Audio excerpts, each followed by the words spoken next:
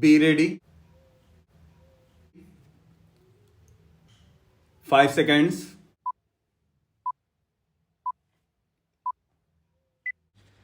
Start. I am honored to be present here with President and Secretary General and other leaders at the launch of the UN Democracy Fund. This was proposed by President at the UN General Assembly last year and has received widespread acclaim.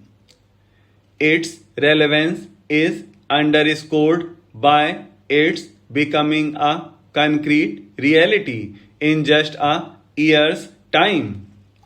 May I take this opportunity to express our solidarity with the people of New Orleans and other regions devastated by the destructive fury of Hurricane Katrina. Mr. President, you have our sympathies and support in your efforts to bring relief from pain to the people affected by this disaster.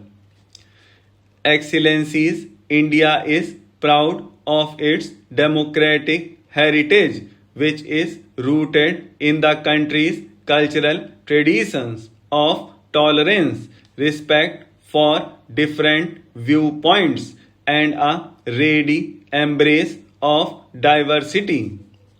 Mahatma Gandhi led us into a non violent struggle not only to free India from colonial rule but to also ensure to our people the exercise of their democratic rights.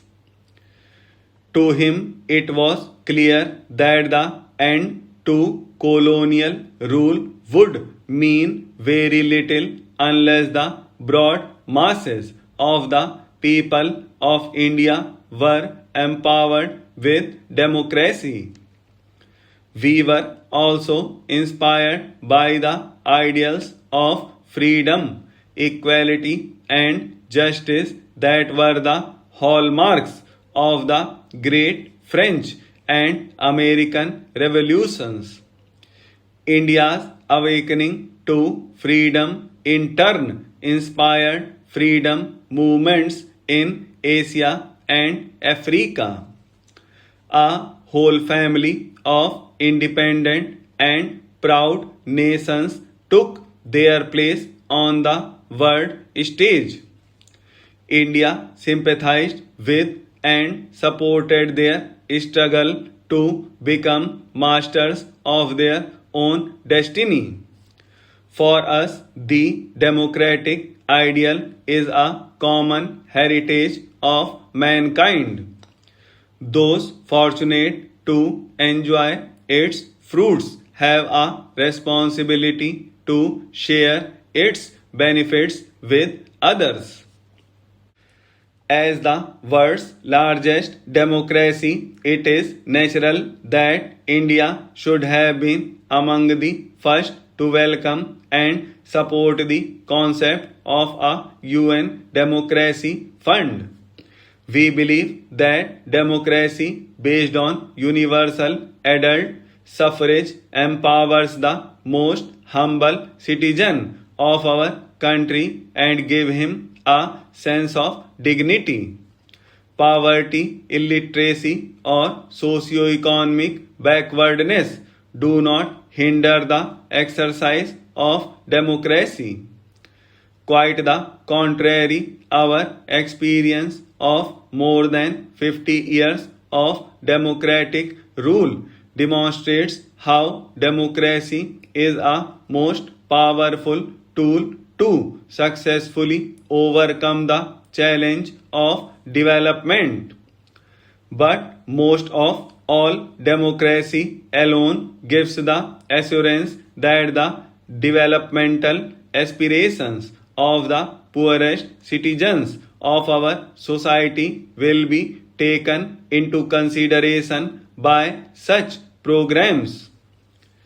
I bring the best wishes and felicitations of the people of India to this August Assembly meeting in its historic 60th session. India has a special regard for the United Nations. The ideals of the UN run parallel to our own civilizational ethos. This is the ancient Indian concept of Vasudhaiv Kutumbakam, or the whole world is one family.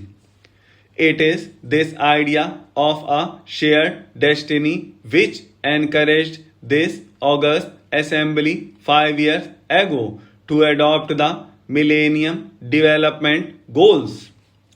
May I take this opportunity to convey our deep condolences and sympathies to the government and the people of United States on the widespread destruction caused by Hurricane Katrina.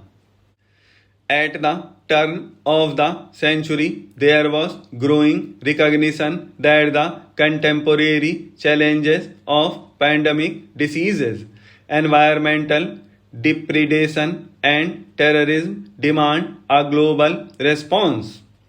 At the same time, there was hope and optimism.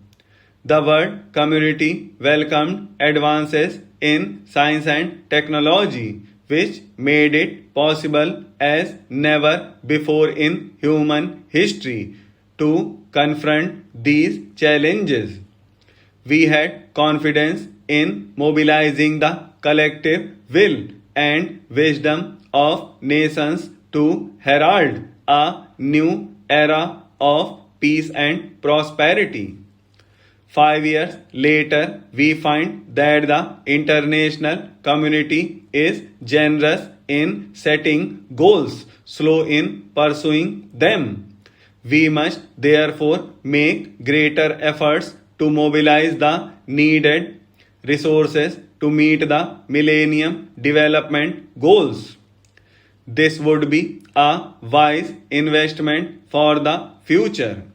Failure will only make our task in the future more difficult and more costly. We in the developing world face a dual challenge. The domestic one of managing political, economic, and social change in an environment of rising expectations and growing disparities, as well as the global challenge of securing an international environment conducive to meeting our developmental aspirations. These challenges are interlinked, and success or failure will affect us all. We welcome the agreement reached on the draft outcome document to be adopted tomorrow. It is a roadmap for the work ahead to reorient the organization to meet the challenges of the present. India will be a willing participant in this process. All of us assembled here recognize that the United Nations is in need of urgent and comprehensive reforms. The management of global interdependence requires strong international institutions and a rule-based multilateral system. The reform of the United Nations must be based on this principle. It must include the expansion of the United Nations Security Council in both permanent and non-permanent categories of membership. Unfortunately, the United Nations suffers from a democracy deficit. Its structure and decision-making processes reflect the world of 1945 as such, not the Word of Year 2015. Unless the UN becomes more representative of the contemporary world and more relevant to our concerns.